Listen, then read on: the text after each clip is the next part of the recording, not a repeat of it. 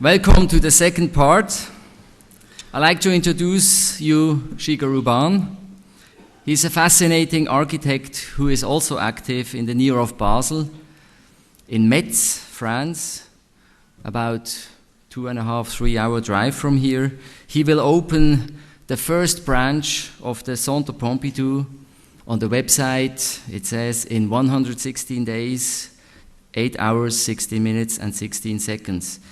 This you can read live, and the whole building is live on the web. This will be a high cultural institution that I hope to make this region even more worthy, our region. Furthermore, Ban is working on the tender documents at the moment, he told me, of the new Tamedia headquarters in Zurich. The special thing, I think, is that it is a 7-story construction completely in wood. Shigeru Ban is born in Tokyo in 1957. He studied in the 80s at the Southern California Institute of Architecture in LA and changed to the Cooper Union in New York City, where he was student by the world-famous John Haydock that died in between. Or now. Shigeru Ban is famous for his cardboard and paper constructions. He runs an office in Tokyo, Japan, and was professor at many major universities, now at Harvard in the States. He was in the jury also many times of the Pritzker Prize and got many awards. His office in Europe is in Paris. He also runs Shigeru Ban Architects in the USA, in New York, and travels around the world for his project, I think, a great deal. His work includes not only conventional architecture, that makes it very interesting, he's also working on exhibitions, paper tube structures, industrial design, also very actual now already in Haiti, he told me. He works on disaster relief project in catastrophe areas and on temporary housing project. We are very happy to have you here and are excited about your lecture. Please welcome Shigeru Ban from Tokyo, Paris and New York.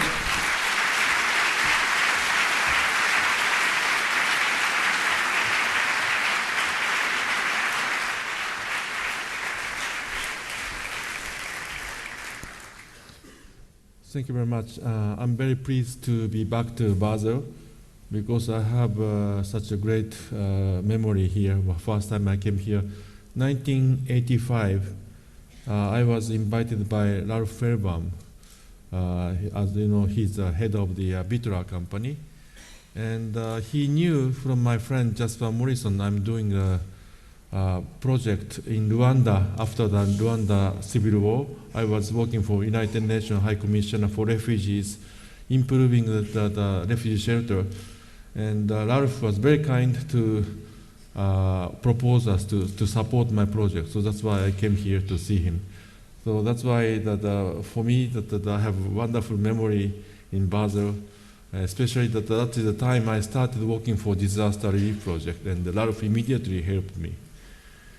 I'm going to show you my project from very beginning, immediately I've finished my school, to the most recent projects, which is the Centre Pompidou Metz. And also I'm showing you some disaster relief project I'm working on. As I was introduced, the most recent one, I already started working in Haiti, try to prepare some temporary clinic. And also still I'm working, I'm having hard time working in L'Aquila, Italy, near Rome. They had a terrible earthquake last April. I'm going to build a temporary concert hall because L'Aquila is a city of music, and the local Philharmonic Orchestra, School of Music, they have lost their place to play and they're leaving. That's why I decided to make a temporary concert hall. It will start very soon. As you know that architects working for mainly privileged people, even historically working for religious group, and rich people. Even now, we are working for big corporations, government, and the politicians making their power and money, which is invisible. We are displaying their power and money by architecture, mainly working for privileged people. And when I found out this fact, that actually the architects are not, we are almost useless for the society. We are just only working for privileged people, not for the society. And I was very disappointed for my own profession itself. And then, but I still thought that how can do something for society using our own architectural knowledge and experiences. Not only working for privilege, but also working for others. Especially that after the natural disasters like earthquake, flooding, I must say the earthquake is not natural disaster. This is becoming man-made disaster. For example, earthquake itself doesn't kill people, but collapse of the building kills people. That is indirectly responsibility for architects. So most of the people are killed by building, not by earthquake. And then people lose their houses, and we need to build temporary houses. But I don't see any architect working in disaster area building temporary houses because we are busy working for privileged. But I think we can use the energy and the experience for those areas. That's why I started working for disaster situations. And so I will show you my work. I'm not saying working for privilege is terrible. I love to have a more privileged project too. So I'm not saying that this is a very important profession as architects, making wonderful building for people. But I try to make a balance myself, working for privilege and working for somebody who needs the building. So that's my challenge. Can I start my slide, please? When I graduated from Cooper Union, New York, 1985, I went back to Tokyo immediately to start more on my practice without any working experience. So first thing I did was designing exhibition. This is exhibition from one of my favorite architect, Alvarado from Finland. And since I went to Finland many times, I wanted to design the exhibition like his building. But I couldn't afford using wood like Alvarado did. But also I didn't want to waste such a precious material, wood, for the temporary use. So I looked for some alternative material to replace wood. Then I found a paper tube made of recycled paper. We used to, even now, a lot of use tracing paper. Inside of tracing paper, there are paper tube, fax paper roll. Always we have paper tube, throw them away. But it's such a strong material. So, and also that we can make different sizes. Small diameter was used, like a B-Please library of Alvarado, and the bigger dimension was used as a freestanding partition. Then I found out that the strength is much, much stronger than I expected, and I started testing it to use for the building structure. Next, please. Also, in the beginning, I was designing affordable housing system. It's a prefab house system I call furniture house. The furniture means the closet, bookshelf, cabinets, so on. This house, there is no structural column or no walls. All the structure is made of factory-made furniture. This is the standard type closet. And next, please. We just bring in factory-made furniture and connecting furniture closet with the foundation vertically and horizontally between furniture and furniture. Next, please.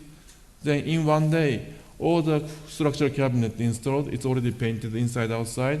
We just have to put the roof. If you want to have a second story, you just have to repeat putting the furniture on top. And you don't need any skilled carpenter. Anybody can build it. Next, please. Then just you finish the interior. Everything you see inside, the closet, bookshelf, everything is structured. There is no column and no walls. Next, please. And this is a recent furniture house built in New York, Long Island. The structure is idea is the same, but the furniture itself is much simplified. Next, please. Instead of making the furniture, usually the closet is made of wooden frame and finished with the plywood. But this time there is no wooden frame, just the Sorry. Sorry, I'm not supposed to move by myself. Thank you. This time there are no wooden frame, just 3 pieces of plywood with a finger joint make a box, like a closet, and the roof is sitting on it. So that the closet becomes just a 3 pieces of plywood. It's much simpler, much cheaper, so that this is much simplified version of the furniture house. Next, please. And also idea of using storage unit like a closet was further developed to this project. This is called Nomadic Museum in New York. This is a movable museum for the Canadian photographer Gregory Colbert. He asked me to design his own museum over 5,000 square meters, which moved from city to city, country to country.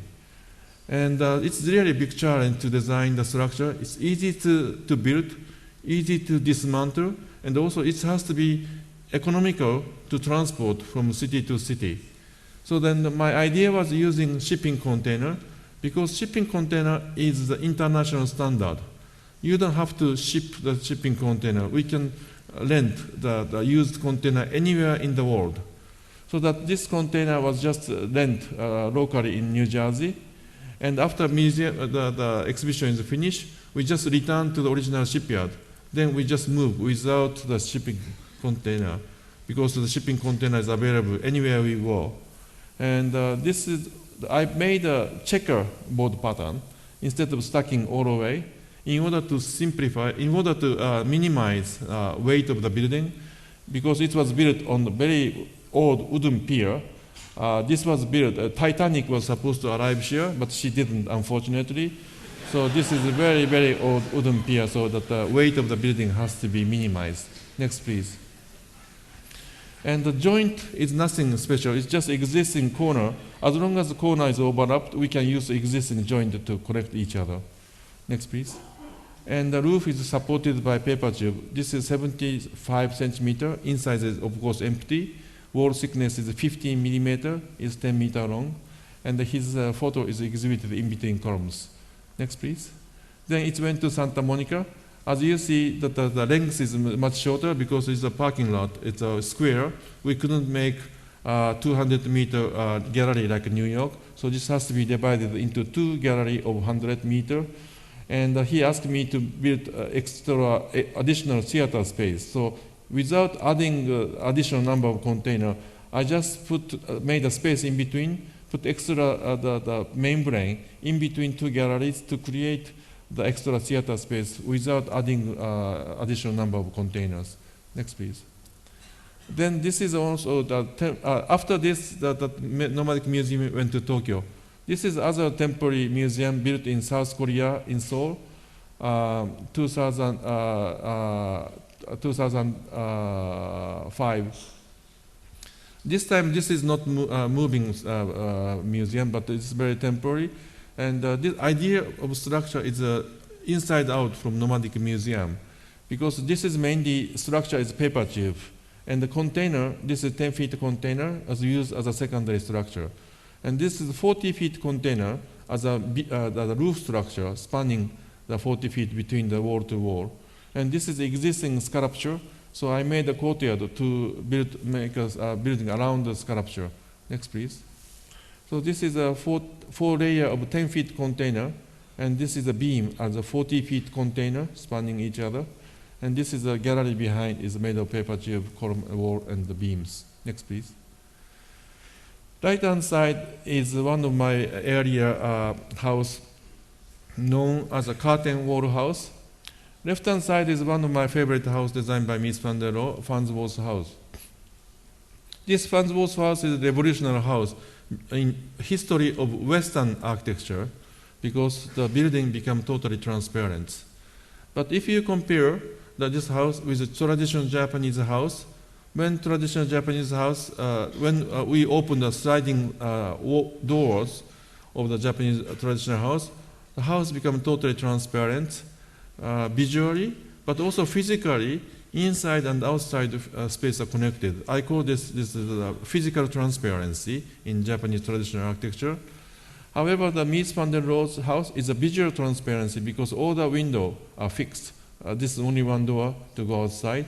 So this is visually transparent, not physically. That's the difference in transparency between Miesian way and traditional Japanese way. When I was asked to design this house, the client was originally living in traditional Japanese house, enjoying flexibility and openness of the house, and I decided to carry on his lifestyle into the new building. It's a simple three-story street structure with sliding glass door, which can be open, closed, and the terrace, which is covered by the curtain. Next, please. And this curtain is just used as a shading and also keep privacy. And when it's blow away to the street, this extends the limit of the building into the street.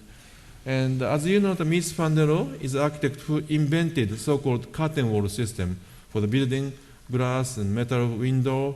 That's the curtain wall. So instead of using Miesian curtain wall, I just use the curtain to design the curtain wall house. Next, please. This is a house called 2/5 house. Name came from geometry. That this is one rectangular space divided into linear 5 rectangular spaces. And the 2 of 5, this one and this one is used as an indoor. Exterior, indoor is repeated. And wherever you see that line, this is sliding glass door which goes outside of the wall when it's open. Next, please. This photo, left-hand side, was taken when all the sliding door is open. So you can see from the front courtyard to the back courtyard, all the spaces are physically connected. I put the second story like a Mies van der Rohe, like a glass box, in order to compare Miesian type of transparency above and Japanese type of transparency underneath. Next, please. This is a house called picture window house. The picture window is normally a square window on the wall, framing beautiful landscape like a painting. Instead of making square window on the wall, I just made all the building structure as a picture window in order to frame beautiful horizontal ocean view. When the sliding door in front and back is open, the garden behind the house and the exterior view is totally connected. Next, please. So as you see, this is a picture window created by building itself. Next, please.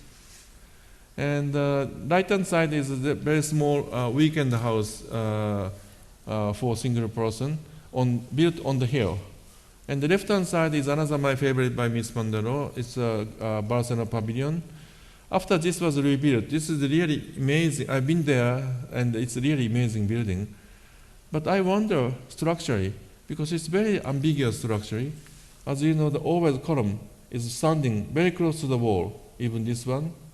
Then I wonder whether this column is structure or just decoration.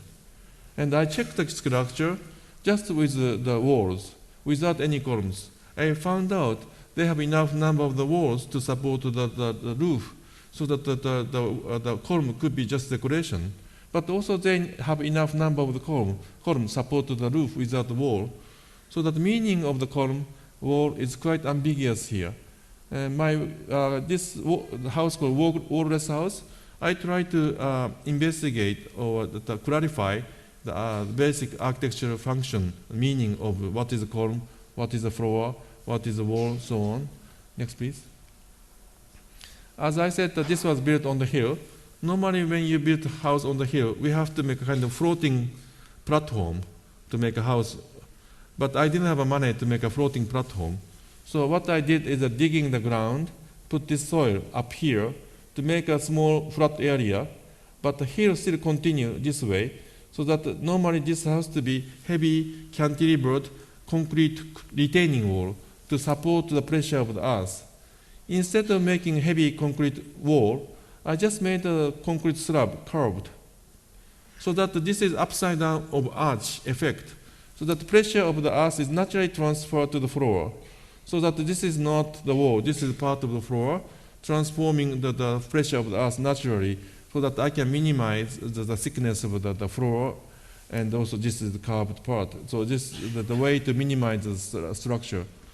And obviously, this is 3 columns supporting vertical force. That's especially in Japan, we have a lot of earthquake. It's impossible to have such a small column. But it's obvious this is supporting vertical force, not lateral force. I designed the roof as a diaphragm. That's why all the horizontal force, lateral force are transferred to the edge of this floor, so that the top of this is dying. If you have another one, so there is no lateral force, horizontal force come to the top of the column. So that's why column is so small, just supporting the vertical force. And there is the kitchen and the bathroom totally open, and this canopy can come down to protect the window, sliding glass door when nobody is there. And people comes here, open the window, opening a canopy to extend the space to outside. When somebody comes to the house, we can close the sliding partitions to have a privacy of the bathroom, or you can move the movable closet to divide into two small sleeping area. Next, please. This is a house called 9 square grid house. The square house, structurally, it's a parallel two structural cabinet, both sides, containing one square space, which can be divided into 9 small square by moving sliding partitions, or they can make some middle size of the square or linear size. It's depending how you close the sliding door, depending on the occasion and the season. And there is only 2 spaces, bathroom and kitchen has a name. Otherwise, there are no room has a name, like a bedroom, living room, dining room, so on. In the winter, we can put the bed south side of the house. It's a warmer. And the summer, we put the bed north side of the house. It's cooler. And in case you fight with your wife, you can separate the 2 bedrooms. Next, please. So the left-hand side photo is when the room are divided. This is when room is all open, all the sliding doors goes inside of the closet. The air conditioning, the closet, everything in structural cabinet. Next, please. This is a house called Naked House. The house was built in the middle of a rice field. The request of the client was very unusual. They asked me to design the house like a greenhouse. And also they said that they don't need any the tight privacy of the individual rooms. And also room can be very small because they want to have a big the living dining space as big as possible to share with family member. The wall was made with the corrugated fiberglass panel, which is normally used for the greenhouse. I just put horizontally and vertically to reinforce each other and also to keep the air gap in between as an insulation. And inside of the wall, we made homemade translucent insulation. This is a noodle shape of the foam core, which is used normally for the packing of the fruits, put inside of plastic bag. And also we put the additional insulation, it's a bubble packing material, so that the wall is insulated, but it's translucent. Next, please. And inside the wall is made of fabric, and these rooms are movable. And this is inside is Japanese traditional tatami mat, and sliding door can be removed just in case if they want to connect all the 4 rooms together to have formal ceremony. And also that it's impossible to put the air conditioning inside of a movable box. Also that the grandmother doesn't like air conditioning, but the children want to have air conditioning. There is the air conditioning for common spaces. So if children want to have air conditioning inside of their box, they just attach their box to the air conditioning, and then this becomes their personal air conditioning. Also, if they want to see outside, just they move their box attaching to the window to create their own personal window by themselves. Next, please. So all the box can go outside in case they have some seminar in the evening. It's become just one big space. Also, children can play and study on top of their own boxes. Next, please. This is a paper art museum. It's a small museum. It looks like one building, but actually this is 2 buildings.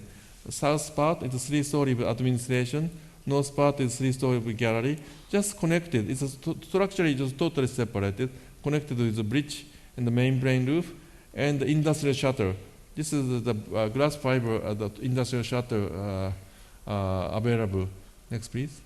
The south side of the administration, all the sliding door open, and the wall can be open to create a canopy connecting the view of the garden. Next, please. And this is when museum is open. This is when museum is closed, left-hand side. And all the sliding door can be opened to adjust the size of the galleries. Next, please. Again, this project, this is a restaurant, small restaurant in Tokyo. I used the industrial glass shutter for the facade of the building. So this is when the restaurant is closed. The front and back at the left side is a totally industrial glass shutter. When restaurant open, shutter goes up. You can see the front door to go into the restaurant. Next, please. In fine days, all the shutter goes up, goes inside of the roof, and the restaurant totally open to the terrace next door. Next, please. This is another project house. Also, I utilize industrial shutter. The house is like a pavilion, but connected with the corridor. There's a courtyard, many courtyard, and the water feature, so on. Next, please. And that's the living room is divided by glass shutter when it's closed, and when it's open, the living room and the swimming pool can be connected directly. Next, please. And like this, family room is also the glass shutter is open, so like this, and it's connected directly with courtyard. Wherever you are connected with the view of the water and the green. Next, please.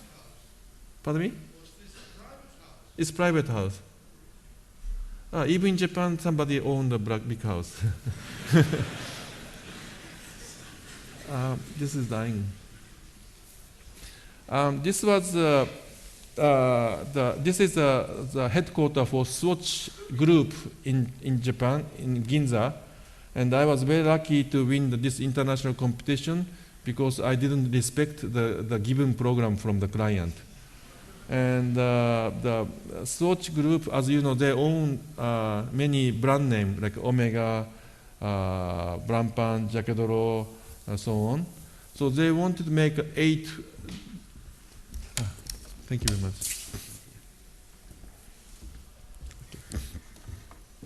They wanted to have 8 separate boutiques for each brand name.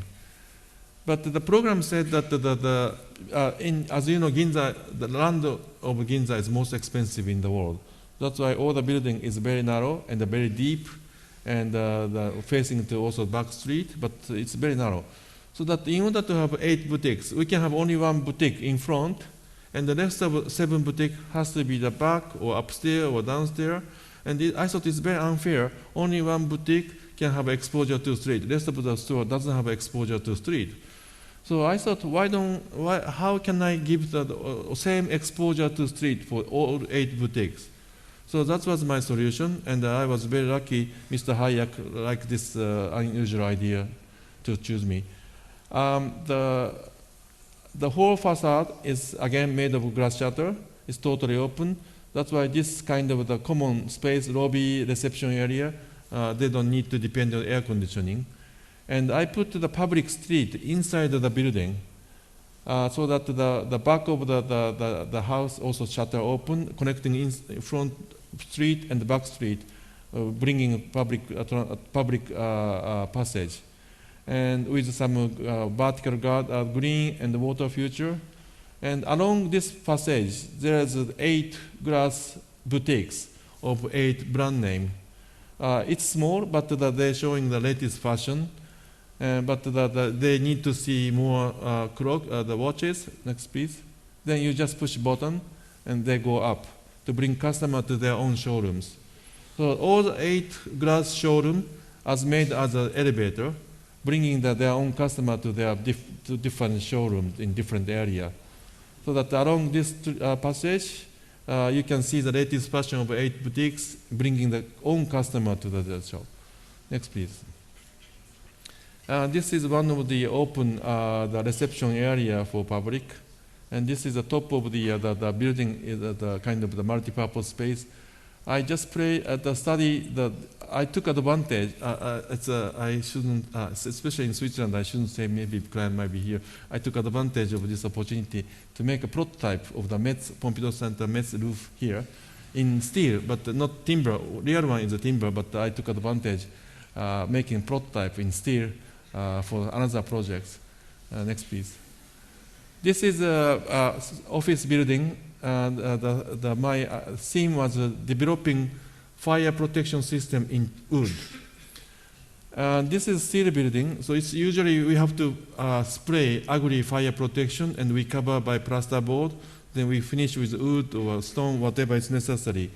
But I thought we can make a steel building fire protected by wood, like a plywood. Because this is a photo from testing to get the government permission for this idea. The first of all, that wood doesn't transfer the heat easily to the steel to protect from temperature. Then that when temperature goes much higher, obviously plywood can be burned. Then it's become charcoal. Charcoal is a perfect fire protection material. So that I tested this method and found out the 35 millimeter thickness of the plywood works as half hour fire protection, and the 40 millimeter thickness of plywood works as 1 hour fire protection. So that this building fire protected with plywood, but also wood is final finish. So we can save a lot of material and the labor to make the steel building with the plywood finish. Next, please. So all the beams, columns, everything is steel, just covered by plywood for the fire protection, and also as the final finish. Next, please. I like to also study the different possibility with the plywood. This is a plywood, but it's called LBL, laminated veneer lumber. We can make any linear length of the veneer. And this is a small daycare center for the hospital. I made a pre-bent arch and connecting with horizontally. Try to make, this is part of the study for some Pompidou method, making the woven timber structure, bringing natural light in. This part is northern Japan. We have a sloped roof connecting with steel to make a lattice truss system. And the finish is the corrugated stainless steel and fiberglass to bring natural light in. Next, please. And the space in between is insulation space. Next, please. And same client asked me to design the gymnasium next to the hospital. The hospital is built in the residential area, mainly two-story building. That's why I didn't want to make a big gymnasium next to the hospital. So I put the main body of the gymnasium underground, and I just put the roof on top of the ground. This diagram showing how I use prevent LVL laminated timber for the roof, minimizing quantity of the timber. The longitudinal section, the prevent arch was put diagonally to follow the curvature, and perpendicular to that, prevent arch was put parallelly, not following the curvature. That's why section is always horizontal. This is always following the curvature. And I put the top one and the bottom one around this one, so there is a gap in between, and added small pieces to create a truss. Next, please. As you see, this one, the following the curvature, and the perpendicular to that, there is a gap created, and put small timber to make a truss. So this was a way to minimize quantity of the timber, and at the same time bringing natural light into the gymnasium inside. Next, please. And the wall is also translucent, bringing the natural indirect light to the swimming pool. Next, please. This is a graphic panel I submitted for competition of Pompidou Center Pompidou in Metz. This was the first time I ever won the competition, actually. And this is a big area we are given, and we are also asked to design the park or garden. Usually we design the building and asking landscape architect to put the trees around. But instead of that, I asked the landscape architects, Michel Divine, to design the park first. Then I wanted to put just roof on top of the park in order to make inside the building as a continuation of the park. Instead of making sculpture museum, I wanted to make just roof, bringing the public inside of the museum as open as possible. Instead of screening the people who are only interested in the art, who are not, who are yes, who is, just because now that many general public think they don't understand the contemporary art. It's too complicated, and they are not coming to the museum. But I wanted to give them opportunity. Just come here to have a coffee. So that the project is about roof, and the facade is made of famous glass shutter, totally open to connect inside and outside. And I will show you structural diagram. This roof looks like complicated, but this is a hexagon pattern, which is a symbol of France. And then this is a hexagon pattern. But if you see from the top, the hexagon pattern is not transformed. It's the flat surface, flat pattern is the same. Just you pull wherever it's necessary to top or bottom, so that the structural system geometrically is rigid. It's not the orbital shape. It's just a rigid geometrical form. It's pulled and the up and down, depending on the building underneath. This is a 3-story of we call tube, gallery tube underneath, and which is facing to different directions. This is a map of the city. This is the main train station, and the main city is the north part. Our site is south. So we are away from the center of the city. I wanted to connect to the museum with the city. So I created the end of the gallery, the picture window, framing important, beautiful monument of the city. This is like a cathedral. So the top tube is facing to the direction of the cathedral. Second tube is facing to the train station, which is very interesting. When Metz was occupied by German, this station was built by German. So this is a very heavy, interesting German architecture, which became very important history part of the city. So second tube is framing the train station to connect the museum with the city. Next, please. When I found this Chinese hut, I was really amazed because Chinese hut structure is bamboo. Actually, not only in China, in the Asian area, bamboo structure, woven, hexagon pattern, and oil paper as waterproofing, and the dry leaf as insulation. So it's just like a combination of the architecture building roof. And as you see, the pattern is a hexagon. And as I said, the whole roof shape of roof is hexagon to please the French audience to win the competition. But if I have another chance to enter the competition in Israel, I will make other story out of this. Next, please. This is after all the timber, the woven timber roof was completed, and I was very lucky that I met the excellent timber specialist from Switzerland, Mr. Hermann Blumer, and he solved this solution of the timber roof to make building in budget. And since then, we have been collaborating for other projects, even including Tamedia.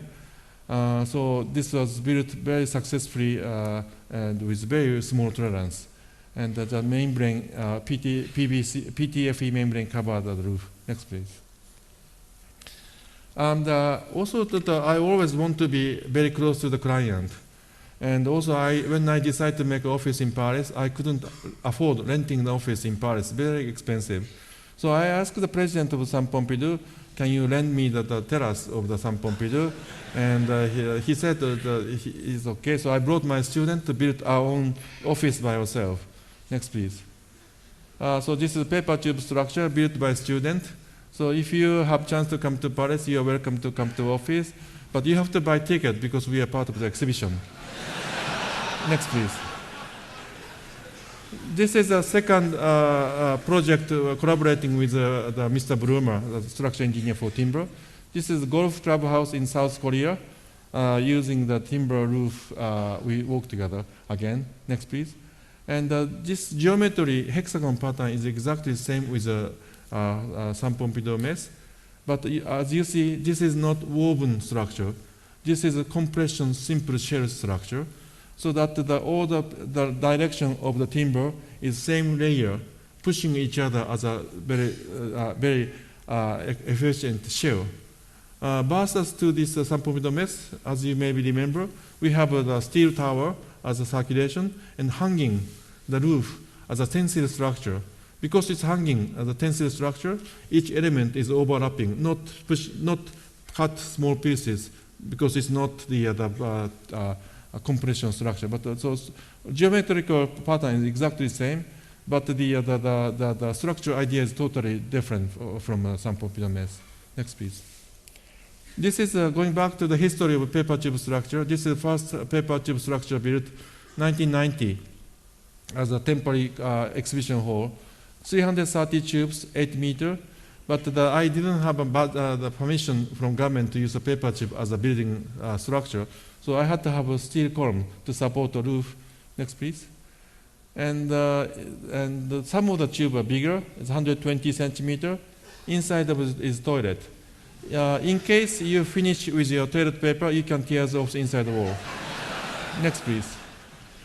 This was a library building addition for the poet house, 1991.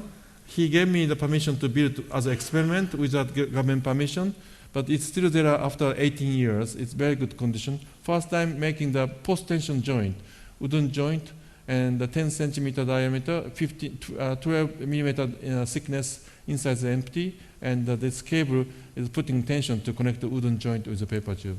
Next, please. And this is the gallery for Issei Miyake. It's a small gallery. After I designed my own weekend house, in order to get this complicated government permission, I spent 1 year testing and convincing the government to finally get the permission for my own weekend house, but I couldn't afford building it. So I was very lucky to get this small commission from Issei Miyake to use this permission for his gallery. That's why this became first the paper tube permanent building with government permission. Next, please. There's just simple structure, paper tube column, creating the strip of the light moving depending on time of the day. Next, please. Then finally, I built my own weekend house, but it was too late because I became too busy. I have no weekend. The house is totally empty. Next, please. This is the first time I built Arch 1997. Each time I design different type of structure in paper tube. I have to test it. I have to get special government permission for this. Next, please. Then year 2000, I was lucky to be selected by government to design Japanese pavilion for Hanover Expo year 2000. And I was very lucky to collaborate with Professor Fry Otto to design the paper grid shell structure with him. And the theme of the expo was environmental issue, so that the government asked me to design the building out of recycled material. But my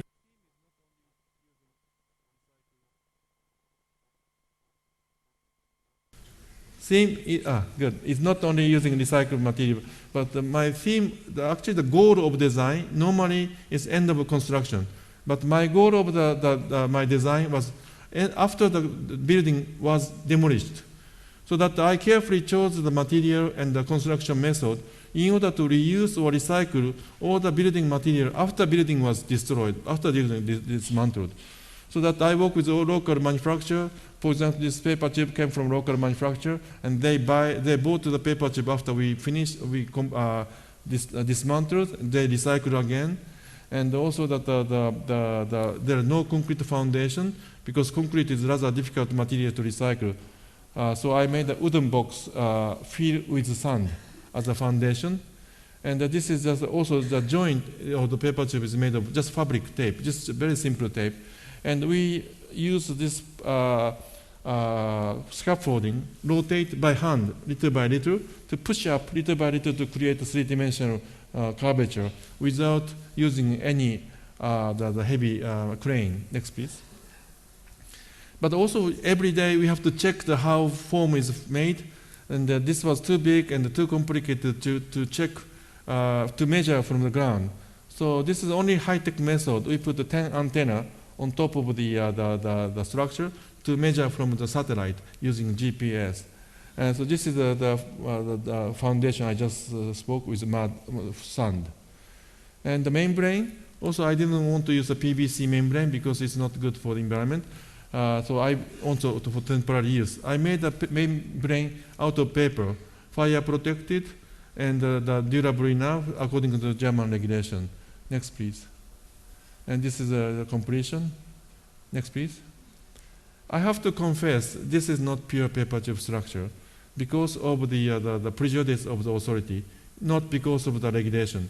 Because of working with FlyAuto and excellent engineer from Bureau Harport, we proved all the structure and the fire regulation according to local regulation by calculation and testing.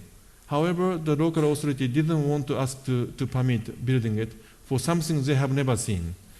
So that this was idea of FlyAuto to put the small wooden frame in order to triangulate to get in-plane stiffness of the surface. But the authority forced us to make dimension of the timber 4 times bigger than it's necessary. That's why this wood is working as partially as a part of a structure. So this is a hybrid structure between paper tube and wood. The structure we had to make a compromise, but as both for the quality of the space, it was exactly what I was expecting. So I'm very happy. Next, please. And but same year, 2000, I got the commission from the New York Modern MoMA to build a paper tube structure. This time I didn't need to work with the main authority, so it's become purely paper tube structure. Next please. This is the first permanent structure in France in paper tube. This is the structure near Dijon Museum for the canal. And this is a small structure for the exhibiting old boat. And this is the exhibition structure. Next, please. And this is the first time we made the very sophisticated aluminum casted joint in order to replace the paper tube just in case if damaged by request of the client. Not client, by the authority, but we never need to change because it's very, very waterproof. But the idea is just unscrewing this screw and wooden piece goes inside of the paper tube to remove it. But unfortunately, fortunately, it's never happened. Next, please. And again, this very low-cost exhibition place, and I designed the exhibition too. I went to do-it-yourself store, buying L-shaped steel angle. Usually, you make your own bookshelf for your house. So I made the exhibition panels, walls out of this do-it-yourself material, and I put the roof on top of the exhibition. So the exhibition made of this L-shaped angle is actually 4 of them are put together to make a crucial shape as a column, and the roof is sitting on it. Next, please. This is Rwanda, 1994. After the civil war between two tribes, Hutu and Tutsi, over 2 million people became refugees. And I was very shocked to see photo right-hand side because people are freezing with blanket. And I found out during rainy season, they couldn't keep them warm because the shelter given by United Nations was so poor, just plastic sheet.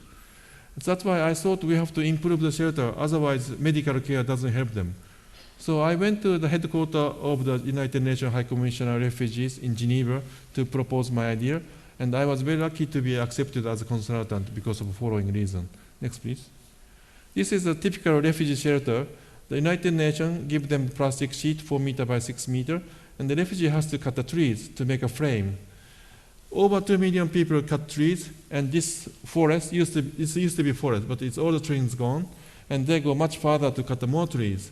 So that this become very serious deforestation problem and the environmental problem. That's why United Nations once provide them aluminum pipes to stop cutting trees, but aluminum is very expensive material in Africa. That's why they sold them out for money and cutting trees again. That's why it didn't work.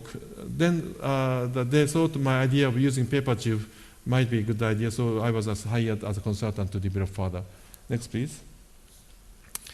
So this is the famous Bitola campus, the Frank Gehry's museum, and as I told you, the Ralph supported me to do this experiment, and Tadao Ando behind, and Alvaro Siza, Nicholas Grimshaw, Zaha Hadid fire station. So this Bitola has a wonderful collection of architecture. My tent is their cheapest collection. Next, please. This is a Byumba camp. I went to there to put up the 50 unit of the prototype of the shelter. Next, please. The already Rwanda refugee came back to home, accepting a refugee from Congo. And unfortunately, after I started working for UN, I cannot make the shelter too good, because if the shelter is too good, they will stay longer, but they have to go back to home as soon as possible. So the budget I was given is only $50 per unit. So it has to be very simple. And there's a paper tube frame with a very simple plastic joint. This is still monitoring stage. We have to check the durability for the termite especially. That's the biggest problem in this area.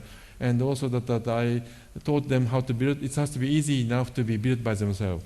Next, please. This is Kobe, 1995. In Japan, over 6,500 people killed. And this town, all the house burned, fired after the earthquake. And I went to this church. All the building is gone. Only the statue outside remain. Because there's Vietnamese refugees gathering this church. I thought minority people are having harder time after disaster. Next, please. And I went to their house. They are living with a very poor plastic sheet. Even after the government made the temporary houses, they didn't want to move into the government house. They are living in very poor plastic sheet house. The inside over 40 degrees in the fine days, in the rainy days, inside get totally wet. Because they have only job working for particular factory, particular area, and all the government houses built outside of the city. If they moved outside of the city, they're going to lose their job. That's why they have to keep living here. However, neighbor people try to kick them out. People are afraid this park is becoming like a slum. So I thought we have to provide them the more healthier shelter, but it has to be nicer, prettier, to be accepted by neighbor people to keep living here. So I gathered the student, building the wall made of paper tube, and the foundation is made of plastic beer containers. Next, please. During summer, we built the houses, the beer container with sandbag as a weight, and there's a 2-layer of the membrane. During the winter, the summer, we can open the gable to have natural ventilations. Next, please. And this is 1999 in Turkey, again, terrible earthquake. And the paper tube and the plastic beer crate was donated from a local manufacturer free. And I always have to work with local architects, adapting the building into local climate, local context, so on. And they have more children, house has to be bigger, and also they have colder winter than Kobe. So children helped us to put waste paper inside of the paper tube to make wall more insulated. Next, please.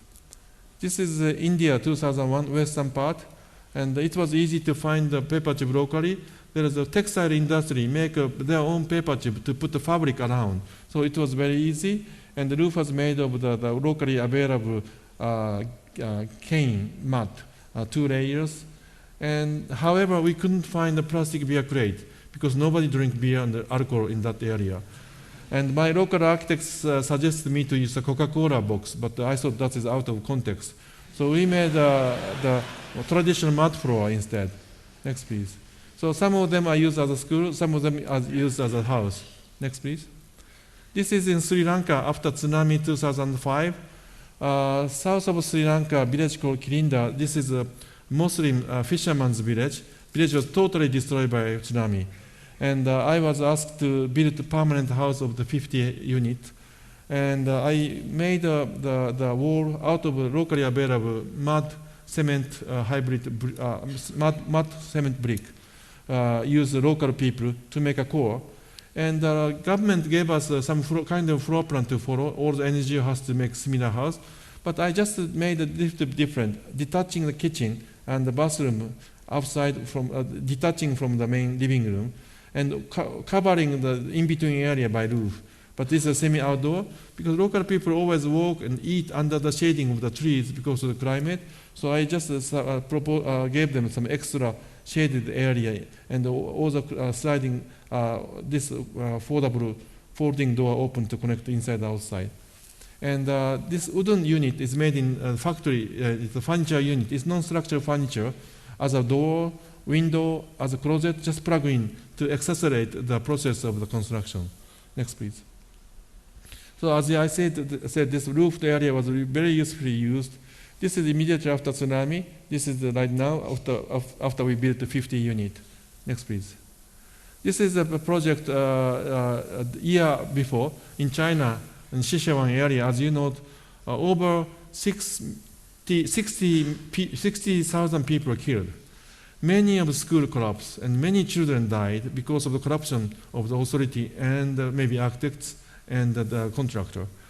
I started building a temporary house, but the local government didn't want any foreigner to make a local house, temporary house. But instead, they asked us to make a temporary school for elementary school. So that I bought the local paper tube available and sent a Japanese student working with a Chinese student. And we spent 1 month in summer to build the school of over 500 square meters in 1 month. This is all the student work. Next, please. This is after 1 month, the children could come back to their own school. Next, please. And this is the last project. This is a paper church I built in Kobe, 1995. As you see, all the construction was made by a student. And next, please. And this is the first time that they could have a morning service under the roof in September.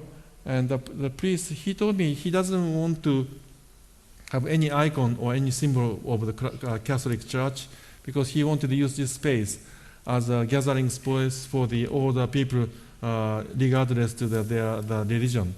However, I wanted to bring some of my experience of the visiting wonderful church all over the world into this design. So what I did is simply I borrowed the oval shape from one of my favorite churches in Rome, designed by Bernini, in order to articulate a corridor space with main space.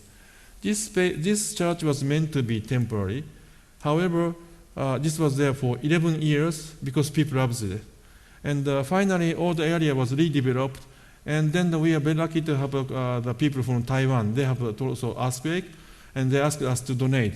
So this church was disassembled and shipped to Taiwan and built by Taiwanese people as a permanent church in Taiwan. So this became a permanent church. So that this is interesting that even the building made in paper can be permanent. But if even the building made in concrete, if that is made by developer just to make money, it could be very temporary because another developer can buy the building and land and destroy the building and they put a new building on top, so that even concrete building can be very temporary. So whether it's temporary or permanent, it's not depending on what kind of materials it's made of. It's depending whether people love the building or not. So I like to keep building the monument to be loved by people. Thank you very much.